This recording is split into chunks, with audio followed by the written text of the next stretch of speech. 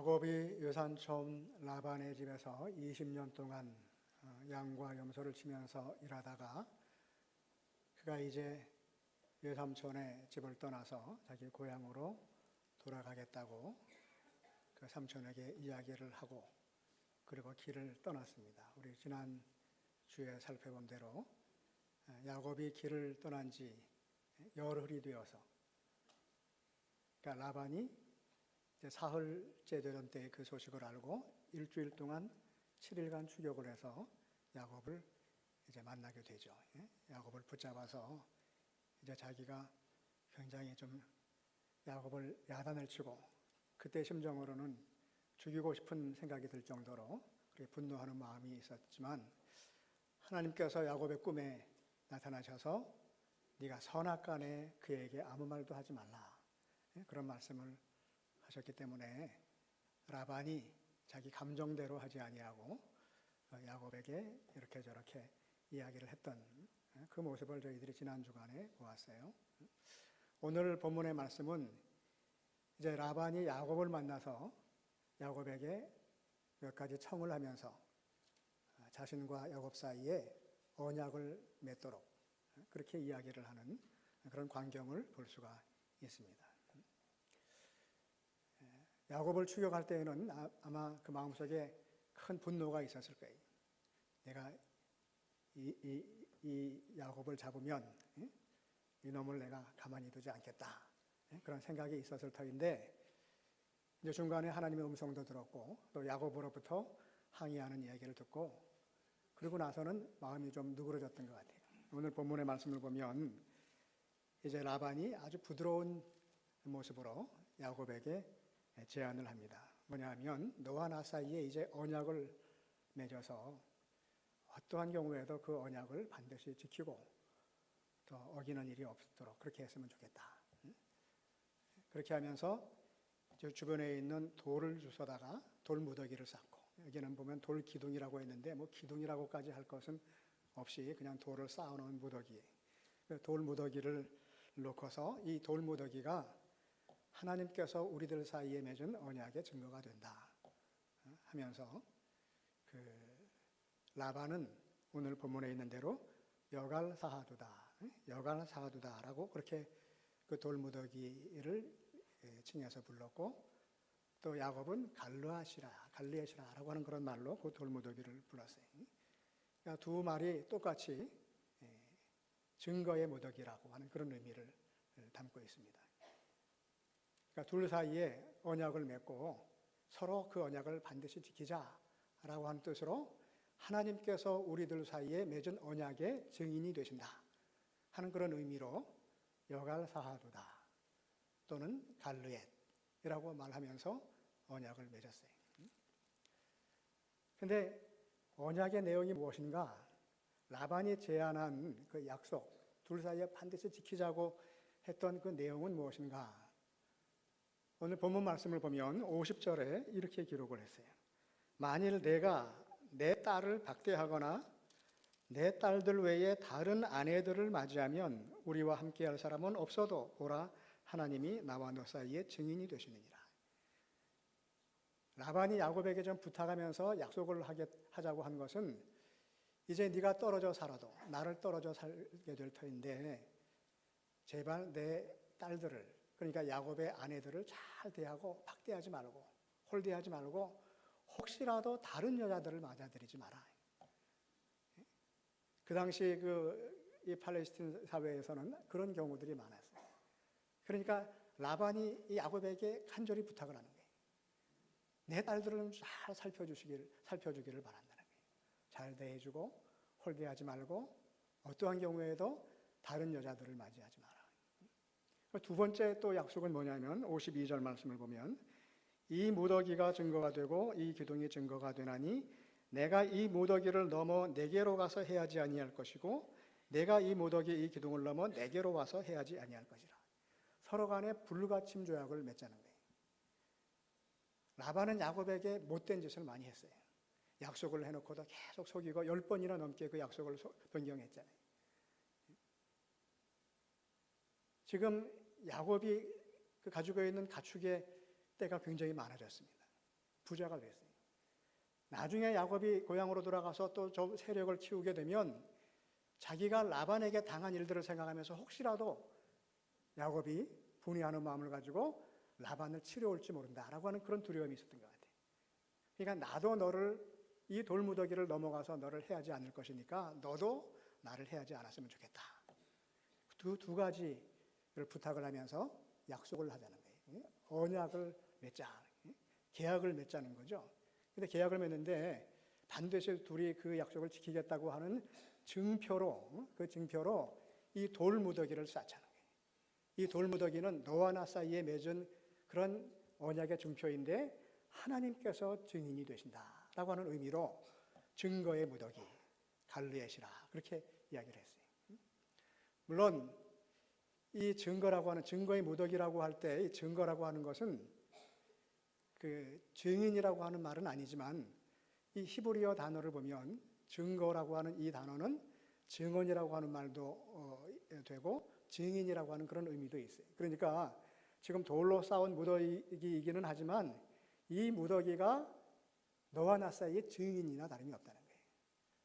하나님께서 세우신 증인이나 다름이 없다. 그런 의미로 증거의 무더기, 그렇게 이름을 칭하고 그리고 굳게 이제 언약을 맺습니다. 그런데 이 라반의 이 모습을 보면 이제까지 라반의 모습을 우리들이 보아왔던 그 모습과는 굉장히 달라요. 라반은 자기 딸들에 대해서도 별로 관심이 없었어요.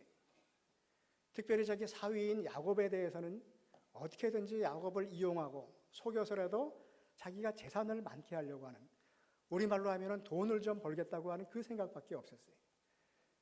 그래가지고 야곱이 고백한 대로 20년 동안 10번 넘게 야곱을 속이면서, 야곱이 누구예요? 라반의 사위잖아요. 사위에게 잘 해줘야지 그 딸들이 또 고생을 안 하지. 사위는 뭐 100년 손님이라고 하면 사위가 오면 뭘 잡아줘요? 씨암탉 잡아주잖아. 그것도 그냥 암탉이 아니라. 그걸 왜 그래요? 사위가 이뻐서 잡아줘요? 아니면 딸들 생각하면서 잡아줘요? 물론 사위가 이쁘기도 하지만 그 속에는 내 딸들을 좀 잘 부탁한다. 그런 의미로 사위에게 잘하는 거예요. 근데 라반은 사위에게 너무너무 못되게 굴었어요. 자기 딸들이 무슨 대접을 받을지, 어떤 뭐 일들을 당할지 전혀 생각하지 않고 오죽했으면 우리 지난주에 보았던 대로 딸들이 말하기를 아버지는 자기들을 팔아먹은 자나 마찬가지다 말이에요. 그러면서 딸들이 그냥 그 라반에 대해서 아주 좋지 않은 감정을 표현한 것을 저희들이 봤잖아요. 근데 오늘 본문 말씀을 보면 라반이 어떻게 해서 이렇게 야곱에게 간절하게 딸들을 부탁하는 얘기를 하냐 말이에요. 언제 그렇게 딸들을 생각했다고? 여러분, 왜 라반이 갑자기 이렇게 태도가 바뀌었을까요? 제가 이 말씀을 쭉 보다가 그런 생각을 했어요. 아마 이래서 그렇지 않겠는가? 물론 성경을 그 해석하는 주석가들 가운데도 그런 이야기를 하는 사람들도 있는데, 지금 라반이 생각할 때는요, 자기가 이제 더 이상 재산을 모을 수 있는 그런 기회는 없겠다 하는 생각을 했어요. 야곱이 자기 집에 들어오기 전에 자기는 그렇게 아주 큰 부자가 아니었어요. 물론 그때도 많은 가축들을 가지고 있었지만 야곱이 오고 난 다음에 라반은 엄청난 재산이 모아졌어요. 가축이 많아진 거죠. 그런데 그게 라반 때문이 아니라 바로 하나님께서 야곱을 축복하셔서 자기까지도 복을 받은 것이라고 하는 것을 라반이 알고 그런 고백을 했어요. 우리 지난번에 보니까 다 그렇게 고백을 한 것을 봤잖아요. 그러니까 라반은 자기가 지금 이렇게 재물을 모을 수 있게 된 것은 다 야곱 덕분이라고 하는 거예요. 그걸 알았어요. 그런데 야곱이 자기 곁을 떠났어요. 완전히 떠났잖아요. 야곱 없이는 자기가 하나님께로부터 오는 축복을 받을 수 없다라고 하는 것을 알았어요. 이제 더 부자가 되기는, 더 재물을 많이 모으기는 어렵겠구나. 현실을 이제 인정을 한 거예요. 그러고 났더니 이제 재물에 대한 그 욕심과 집착, 그전에는 그냥 딸들도 아랑곳하지 않고 사위를 속여가면서까지 재물을 모으려고 했던 그 재물에 대한 욕심과 집착이 조금씩 이제 적어지고 그 욕심을 내려놓다 보니까 이제 누가 보이냐면은요, 전에는 보지 못했던 주변의 사람들이 보이는 거예요. 딸들도 보이고 사위도 보이고. 아마 그래서 라반이 아주 간절한 마음으로 자기 딸들에 대해서 그 야곱에게 부탁을 한 것이 아니겠느냐. 여러분, 우리들이 돈을 벌기 위해서, 뭐 재물을 모으기 위해서, 아니면 출세하기 위해서, 성공하기 위해서 앞만 보고 전력 질주할 때에는요, 주변의 다른 것들을 보기가 어렵습니다. 가족도 잘 보이질 않아요. 처자식도 잘 안 보여요. 에이, 그게 말이 됩니까? 돈 버는 것도 다 처자식을 위해서 하는데, 이론적으로는 그래요. 그러나 성공을 위해서, 출세를 위해서 열심히 달려갈 때는요, 가정이 잘 보이질 않아요. 가족들이 잘 눈에 들어오질 않아요. 이 라반도 마찬가지였어요. 그러다가 이제는 내가 더 이상 재물을 모을 수 있는 그런 여건이 되지 않는구나 라고 하고 자기 욕심을 어느 정도 내려놓게 되니까 그때 비로소 딸들도 눈에 이제 들어오는 거예요. 간절한 마음으로 그 부탁을 하는 거죠. 우리들이 살아가면서 항상 거의 대부분의 사람들은요, 특별히 우리 한국에서 살고 있는 거의 대부분의 사람들은 철 들면서부터 목표가 정해져요. 그건 누구에게나 다 똑같아. 거의 대부분 아이들이 이제 유치원 들어가기 전에 이제 뭐 한 3살, 4살 되면 그때부터 엄마들이 탁 달라붙어가지고 아이를 위해서 아주 전적으로 매달려요. 그래가지고 상급학교 진학을 하는 문제에 얼마나 관심이 많아요. 특별히 대학을 진학하기 위해서는 거의 목숨 걸고 달려들다시피 해서 그 아이들을 어떤 대학교에 보내려고 해요? 하여간 무슨 대학교 보내려고 온 힘을 다 기울여요. 지난주에도 말씀드렸지만 그리고 나서는 이제 좋은 대학 졸업하면 또 좋은 직장, 또 좋은 또 배우자, 그리고 성공을 위해서 전력 질주를 하게 하고, 또 아이들도 그런 분위기 속에서 살다 보니까 자기가 이 땅에 태어난 목적이 성공하고 출세하는 것으로 그렇게 생각을 하는 거예요. 그러니까 한국의 사회를 이끌어서 많은 사람들이 정답 사회라고 얘기를 하는 게 바로 그래서 그런 거예요. 정답이 정해져 있는 거예요. 몇 살 때는 뭐 해야 되고 몇 살 때는 뭐 해야 되고 정답이 정해져 있다. 다른 것들을 생각하지 못해. 오로지 출세와 성공을 위해서 달려가는 거예요. 그리고 나서 나중에는 한참 달려가다가 나이가 이제 50이 되고 뭐 한 그쯤 되면은 다는 아니지만 어떤 사람들은요, 그때 이게 아니지, 이렇게 사는 것은 아니지. 출세를 하고 성공을 했지만 내가 이렇게 살려고 태어난 것은 아니지 않느냐. 불현듯 그런 생각을 갖게 되고 그것으로 인해서 고민하는 사람들이 있더라고요. 다는 아니지만 그 중에 어떤 사람들은요, 그때 비로소 자기의 진로를 바꿔요. 제가 지난주 중에 그 어떤 책을 봤어요. 새벽기도 때도 한 말씀을 드렸지만, 나는 행복한 호주의 버스 운전사이다. 책 제목이 그래요. 버스 기사라고 했는지 나는 행복한 호주의 버스 기사라는 거예요. 근데 이분이 그 83년도 86학번인가 83학번인가 그렇게 되니까 그 당시 한 40 초반의 나이에 2006년도에 자기가 그래도 한국의 서울에 있는 그 유명한 그 좀 좋은 대학이라고 하는데 나와서 그 은행에 취직을 해가지고 그러니까 이런 그 재무계통의 분야에서 굉장히 자리를 잡고 나름대로 발판을 닦고 그리고 어느 정도 출세에 가도록 한참 달리고 있는 그때에 고민을 하기 시작했어요. 앞만 보고 달려갔는데 그때까지는 처자식을 보지 못하고 계속 달려간 거예요. 한국의 모든 사람들과 마찬가지로. 그러다 보니까 이거는 아닌 것 같다. 이렇게 사는 건 아니지. 행복하지가 않더라는 거예요. 온 가족이 행복하지 못했대. 그래서 고민을 하다가 용기를 내어서 직장에 사표를 냈어요. 그리고 한 5년 동안은 그야말로 뭐 이것저것 하고 아르바이트하고 뭐 막노동도 하고 그러면서 고생을 하다가 나중에 본인이 이렇게 저렇게 뜻한 바가 있어서 호주로 이민을 가요. 이민을 갔을 때 자기가 뭐 이렇게 저렇게 또 한동안은 자리를 못 잡아서 그러고 있는데 은행에서 자기 이력을 알고 스카우트 제의가 왔는데 그걸 거절을 하더라고요. 그리고 나서는 어떤 기회를 타가지고 버스 운전 거기서 이제 뭐 자격을 얻고 그리고 버스 운전기사가 됐어요. 그러면서 자기는 행복한 버스 운전사라는 거예요. 이제 내가 가족과 함께 행복한 시간들을 찾을 수 있었다는 거예요. 이제 어떻게 살아야 되는가 하는 것을 이제야 비로소 알았다는 거예요. 내가 이제까지 거의 40 중반까지 내가 달려오면 한국에서 내가 달려왔던 그 삶의 모습이 무엇이 문제인지를 이제야 내가 알았다고 하는 거예요. 그런 고백을 하더라고요. 이제까지는 그 앞만 보고 출세와 성공을 위해서 달려왔어요. 재능도 있었어요. 그러나 어느 순간에 이게 아니라고 하는 생각을 하곤 자기가 이제까지 추구했던 그 성공을 하지 않기로 작정을 하는 거예요.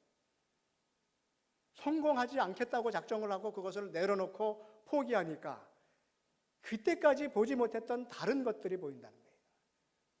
그때까지 보지 못했던 가족들의 모습이 보이기 시작을 했다는 거예요.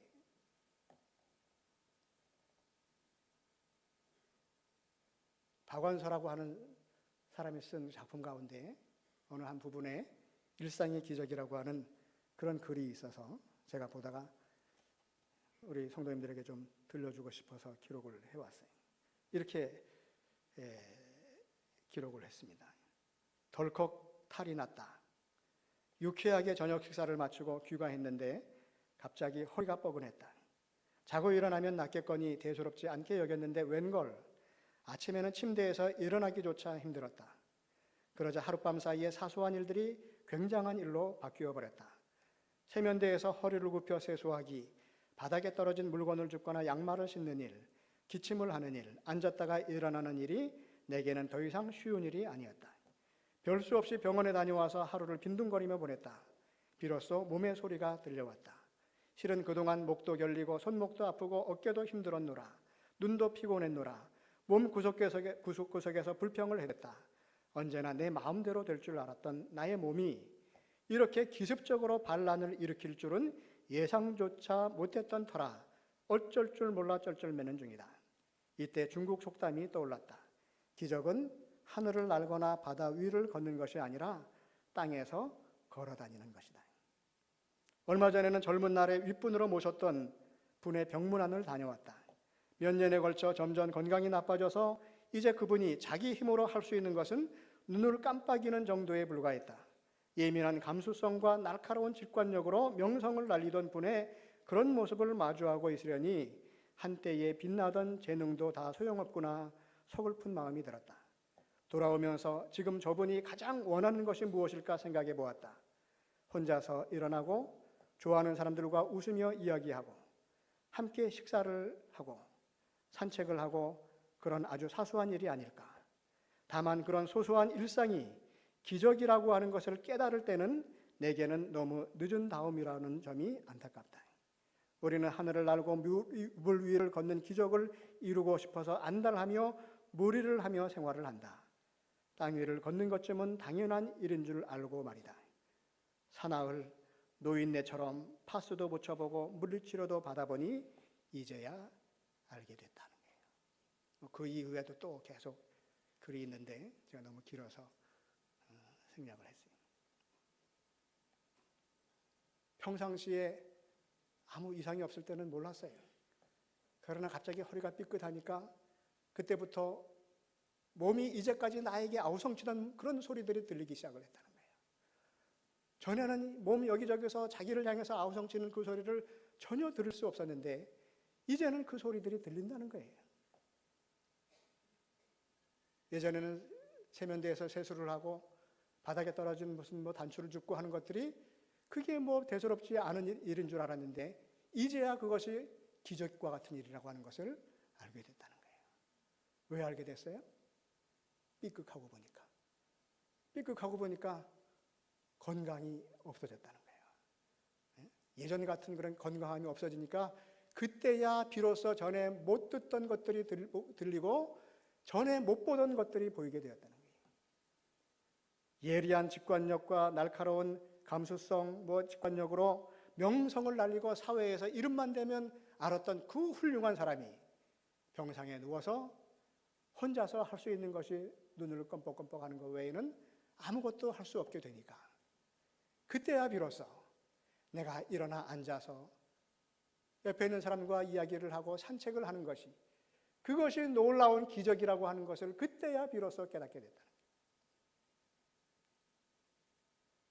사람들에게 이름을 날리고 명성이 자자했던 그 능력과 재능이 많았던 그 실력들, 능력들이 그게 아무것도 아니라고 하는 것을 그때야 알게 됐다는 거예요.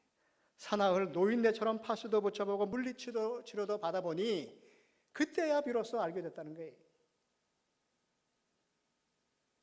여러분, 라반도 자기가 전에 자기 재산이 그렇게 많아지고 양떼가 많아질 때는 전혀 몰랐어요. 야곱이 자기를 위해서 20년 동안 그렇게 헌신적으로 일하는 그 모습을 보면서도 감사한 마음이 없었어요. 어떻게 해서라도 저놈을 속여서라도 내가 더 재산을 모으려고 하는 그 생각밖에 없었어요. 그러나 이제 그것을 할 수 없게 되었을 때, 그때 비로소 자기 딸들의 모습이 보이기 시작하는 거예요. 딸들이 혹시나 먼 타향에 가서 고생하지는 않을지, 혹시 이 사위라고 하는 놈이 다른 여자 또 데려올지는 않을지, 그때야 그것이 생각이 났다는 거예요. 이 라반은 진짜 재물에 대한 집착과 욕심이 많았던 사람이, 43절 말씀을 보면은요, 라반이 야곱에게 대답하여 이르되 딸들은 내 딸이요 자식들은 내 자식이요 양떼는 내 양떼요 내가 보는 것은 다 내 것이라. 딸들은 자기 딸 맞죠? 예? 라헬과 레아는 자기 딸 맞잖아요. 그러면 자식들은 자기 부인의 그 야곱의 부인의 자식들이 라반의 자식이에요, 야곱의 자식이에요? 야곱의 자식이야. 그게 왜 자식이 자기 자식이야? 그럼 자식들도 내 자식이요 양떼도 내 양떼요. 양떼가 자기 것만 자기 거지 야곱의 것은 자기 게 아니. 이 지금 라반은 이 사람의 삶의 모습은요, 이 사람의 눈은 항상 재물에 관심이 있었어요. 소유에만 관심이 있어요. 뭐든지 보는 것마다 내게 돼야 되는 것이고, 사람이건 물건이건 다 자기 것으로 만들어야지만 직성이 풀리는 사람이에요. 말도 안 되는 얘기잖아요. 딸들은 내 딸들이요 자식들은 내 자식이요 양떼는 내 양떼요 내가 보는 모든 것이 다 내 거라는 거예요. 이런 눈을 가지고 살았던 사람이에요. 그러다가 더 이상 재물을 모을 수 없는 형편이 되니까 이제 달라지는 거예요. 어떤 면에서는요, 재산을 잃어버리고 실패하게 되는 것이 도리어 은혜가 되는 때가 있습니다. 잃어버리는 것이 오히려 은혜가 되는 때가 있어요. 상실이 오히려 우리들에게 큰 은혜가 되는 때가 있어요. 우리들은 잃어버리고 또 뭔가를 포기하고 하기 전에는 끝까지 내 고집과 내 집착으로 인해서 거기에서 헤어나오질 못합니다. 거의 대부분의 사람들이 그럽니다. 다른 나라에 비해서 우리나라는 거의 대부분 다 그렇잖아요. 대한민국에 태어나는 모든 자녀들은 다 1등을 해야지만 되는 거예요. 다 성공을 해야지만 돼요. 2등은 누가 하나? 3등은 누가 해요? 내 자식은 다 1등 해야 되는 거예요. 내 자식이 2등 하는 것을 용납을 못 해요. 나중에 도저히 할 수 없을 때 그때 비로소 용납을 하는 거예요.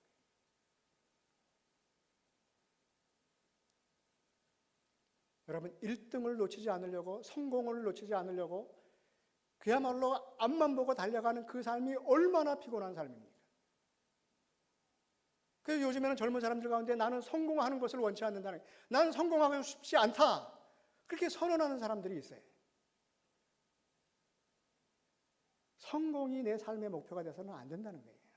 많아지는 것이 내 삶의 목표가 돼서는 안 된다는 거예요. 라반이 재물이 많을 때요, 성공했을 때 행복했어요? 여러분, 성공하면 행복합니까? 이제까지 대한민국은 그렇게 살아왔어요. 1등과 하여간 그 성공을 바라보고 살아요. 모든 백성들이. 그래서 세계 10위권에 드는 그런 경제 부흥도 이루었어요. 행복하십니까? 이건 나라 경제뿐만이 아니에요. 학교도 그렇고 교회도 그렇고 가정도 그렇고 모든 것이 다 마찬가지. 다 많아져야지 승리했다고 생각하고, 많아야지만 많이 뭔가를 모아놓고 가둬놓아야지만, 쌓아놓아야지만, 그래야지만 성공했다고 생각을 해요. 나라 경제도 마찬가지고 가정도 마찬가지고요. 가정도 돈이 많고 뭔가 재물이 쌓여야지만 성공한 가정이, 성공한 인생이. 교회도 성도들의 숫자가 많아져야지만 성공한 교회라고 얘기를 해요. 목사가 그렇게 할 수 있어야지만 성공한 목회자라고 얘기를 해요. 목사라고 얘기를 해요. 한국교회가 세계 그 어떤 나라도 상상할 수 없는 놀라운 부흥을 이루었어요. 70년대, 80년대까지 엄청난 부흥을 이루었어요. 한국교회가 행복합니까? 지금 여러분들이 행복합니까? 천만의 말씀. 항상 부흥을 목표로 해서 달려왔어요. 그래서 한국교회는 엄청난 부흥을 이뤘어요. 그러나 죄송한 말씀이지만 이제 이후로 하나님의 특별한 만지심이 없이는요, 정상적인 모습으로는 절대로 한국교회는 이 이상 부흥하지 못해요. 앞으로 계속 숫자가 감소가 될 겁니다. 쪼그라들 거예요. 그건 틀림없는 사실이에요. 우리 교회도 예외는 아니에요. 우리 교회는 지금 요 주변에 한 7, 8년쯤 지나면 요 주변에 7, 8천 세대가 들어온다고 하는 그런 어떤 그 도시 계획이 있어요. 그게 그대로 이루어진다고 한다면 우리 교회는 한 10년 전으로 아마 모르긴 해도 분명히 1000명 이상의 성도들은 모일 수 있을 거예요. 그러나 그것이 교회 부흥은 아니에요. 그렇게 된다고 한다면요, 그 많은 성도들은 다 이미 신앙생활을 하고 있는 다른 교회 성도들이 오는 거예요. 수평이동에서 오는 거예요. 안 믿는 사람들이 회심을 해가지고 오는 경우는 거의 없어요. 우리 교회가 1000명, 2000명으로 부흥을 한다 하더라도 틀림없이 수평이동입니다. 그걸 제외해 놓고선 그 외에는 수적인 부흥은 거의 불가능해요. 한국 교회가 엄청난 부흥을 이뤘는데 지금 교회가 행복하냐 말이에요. 사회로부터 좋은 소리를 듣냐 말이에요. 교회만큼 불행한 그런 그 공동체도 또 없어요, 지금. 각 교회마다 분란과 분쟁, 총회는 계속해서 그 고소 고발이 끊이지 않고 지금 난리도 아니에요. 얼만큼 더 교인들이 많아지기를 원하십니까? 얼만큼 더 돈을 많이 벌고 얼만큼 더 성공해야지만 만족하시겠어요? 우리의 눈을 돌려야지만 돼요. 우리의 생각의 방향을 돌려야 돼요. 많지 않아도, 재물이 많지 않아도, 세상 사람들이 말하는 성공을 이루지 못했어도 내가 그 안에서, 그 형편 속에서 감사하고 기뻐할 수 있는 그 힘이 있어야지만 돼요. 교회도 마찬가지. 비록 성도들이 적어도 그래도 참 그 안에서 서로 사랑하고 서로 진짜 격려하고 행복한 믿음의 생활을 할 수 있어야지만 돼요. 건강한 성숙한 믿음들이 있어야지만 돼요. 그러나 많이 모으고 쌓아두고 성공하지 못하면 다 실패라고 하는 그런 생각을 가지고서는 절대로 우리들은 행복할 수 없어요. 내가 세워놓은 그 성공에 다다르지 못하면 실패입니까? 세상에 실패라고 하는 것은 없어요. 1등을 못하면 실패해요? 서울대학 못 가면 실패해요? 실패는 새로운 삶을 향해서 나아가는 한 과정에 불과해요. 우리들이 서울로 가다 보면요, 고속도로 타고 가다가 너무 막히면 국도로 돌아가는 경우도 있어요. 어떨 때는 내리막길을 가다가 또 어떨 때는 오르막길을 가기도 하고 돌아가요. 돌아가도 서울로 가는 거예요. 내리막길을 가는 것이 실패가 아니에요.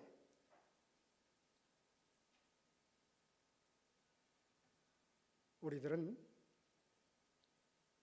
새로움을 향해서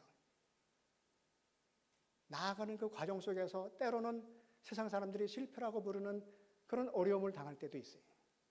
그러나 그것도 한 과정이에요. 누가복음 15장에는 탕자의 비유가 있습니다. 그야말로 탕자같이 살았어요. 아니, 탕자로 살았어요. 아버지 돌아가시기 전에 자기 유산을 먼저 타가지고 다른 나라로 가가지고 허랑방탕하게 생활했어요. 그러다가 나중에 있는 재산 다 까먹고 나중에는 돼지 키우는 우리에 가가지고 뭘 먹고 살았어요? 돼지들이 먹는 쥐엄 열매를 먹고 살았다고 생각하지만 천만의 말씀이 성경을 자세히 읽어보세요. 쥐엄 열매도 못 먹고 살았어요. 쥐엄 열매라도 먹고 싶어 했는데 그것도 못 먹었어요. 그런 형편이 되니까 그때야 비로소 제정신이 들어온 거예요. 그래가지고 그 탕자가 아버지를 찾아와서 이렇게 얘기를 합니다. 누가복음 15장 17절에서 19절 말씀을 보면 아버지 찾아가서 내가 이렇게 이야기해야겠다 말이에요. 이에 스스로 돌이켜 이르되 내 아버지에게는 양식이 풍족한 품꾼이 얼마나 많은가. 나는 여기서 줄여 죽는구나. 내가 일어나 아버지께 가서 이르기를 아버지 내가 하늘과 아버지께 죄를 지어 싸우니 지금부터는 아버지의 아들이라 일컬음을 감당하지 못하겠나이다. 나를 품꾼의 하나로 보아주옵소서. 자기가 가지고 있던 거 다 까먹고 다 잃어버리고 이제는 나는 아무것도 할 수 없다고 하는 그 지경이 되니까 그때 새로운 삶으로 접어드는 거예요. 탕자는 실패한 인생을 살았어요? 아니. 탕자에게 있어서는요, 그 방탕했던 그 시절이 그게 하나의 새로운 삶으로 향해서 가는 과정이었어요. 탕자도 실패한 자가 아니에요. 깨닫고 돌아왔잖아요. 그가 만약에 계속해서 부족한 것이 없었으면 아마 그런 깨달음이 없었을 거예요. 새로운 사람이 되질 못했을 거예요. 그러나 하나님께서 사랑하시기 때문에 탕자가 빨리 망하게 하시는 거예요. 천천히 망하지 않고 탕자는요 밖에 나가가지고 금방 망했어요. 그게 하나님의 은혜예요. 때로는 우리들이 너무 큰 어려움을 당할 때가 있어요. 내가 망하는 것이 아니라 새로운 삶을 향해서 가는 한 과정에 지나지 않는다는 거예요. 이제 우리들의 삶의 방향을 다시 한번 점검해 볼 필요가 있습니다. 성공이라고 하는 것은 지극히 주관적인 것이, 출세라고 하는 것도 그래요. 출세가 내 인생의 목표가 돼서는 안 돼요. 1등이 내 인생의 목표가 돼서는 안 되고 내가 하나님 앞에서 참 아름다운 삶을 살고 하나님께로부터 칭찬받는 삶을 사는 것이 그것이 내 삶의 목표가 될 수 있어야 돼요. 그래서 요리문답 제1조에는 우리 인생의 목적이 무엇이뇨? 하나님을 영화롭게 하는 것이라는 거예요. 그게 내가 행복해지는 길이에요. 어떻든지 간에 라반의 요청으로 인해서 야곱과 라반 사이에는 이제 그 돌무더기를 쌓았어요.